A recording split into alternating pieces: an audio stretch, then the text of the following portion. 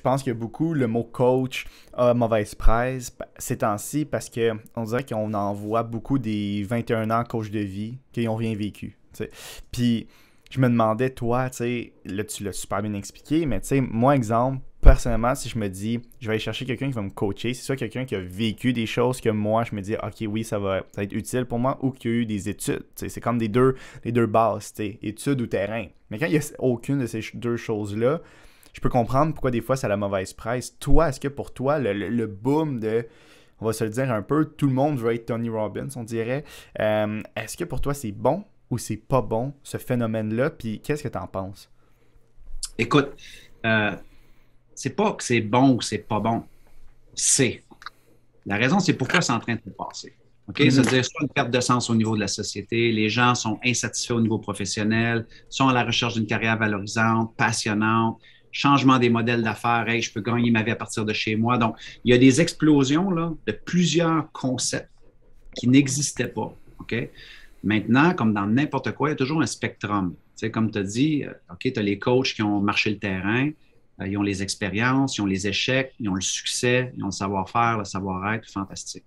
Tu en as d'autres qui ont des études, OK? Donc, il y a une vraie méthodologie, une vraie compréhension un peu de l'humain ou du Ouais. monde des affaires, dépendamment du genre de coaching que tu fais, OK? Et là, par la suite, ben, tu as les coachs qu'on va appeler, mettons, à la mode ou saveur du mois ou quoi que ce soit. Et encore une fois, ça l'arrive. Moi, je ne suis pas là pour juger, tu comprends, que c'est bon ou pas bon, mais c'est sûr que mon opinion serait que j'ai vu moi aussi des gens sur TikTok qui ont 16 ans et sont coachs en relation de couple.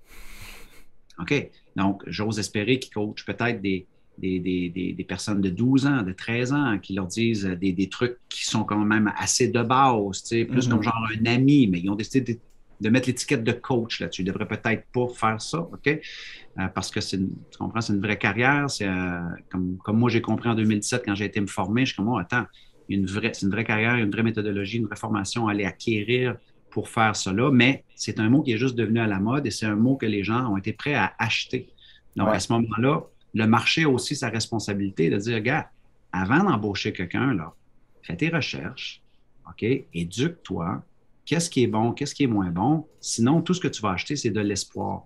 Tu comprends? Tu vas acheter une personne qui te propose une solution souvent enveloppée dans un marketing et qui est peut-être pas soutenue sur des vraies transformations, des vraies progressions, des vraies prises de conscience. Donc, et ça, ben, ça l'a explosé. Tu sais, Mhm. pense-y, il y a des coachs TikTok, il y a des coachs sur tout. Dès qu'il y a une mode, il sort un coach. Il y a des coachs Coach. TikTok, il y a des coachs de Ouais. Reels, il y a des coachs de. Donc, moi, mon énergie n'est pas aller, ah, ben ça, c'est mauvais, puis je vais critiquer ça, puis je vais juger ça. Non, je veux dire, j'espère qu'un jour, ou peut-être même aujourd'hui, ils ont la conscience de dire comment je peux le faire professionnellement, comment je peux Mhm. m'éduquer là-dedans, comment je peux aller chercher les ressources, les outils pour le faire le mieux possible. Mais comme dans n'importe quoi, il y a des dérives et on ne peut pas avoir nécessairement un contrôle là-dessus, sauf de dire aux clients, aux consommateurs, soyez prudents. Mhm. Voici la différence entre A et B. Voici la différence entre un coach comme moi ou un autre coach. Donc, et comme dans n'importe quoi, ben, il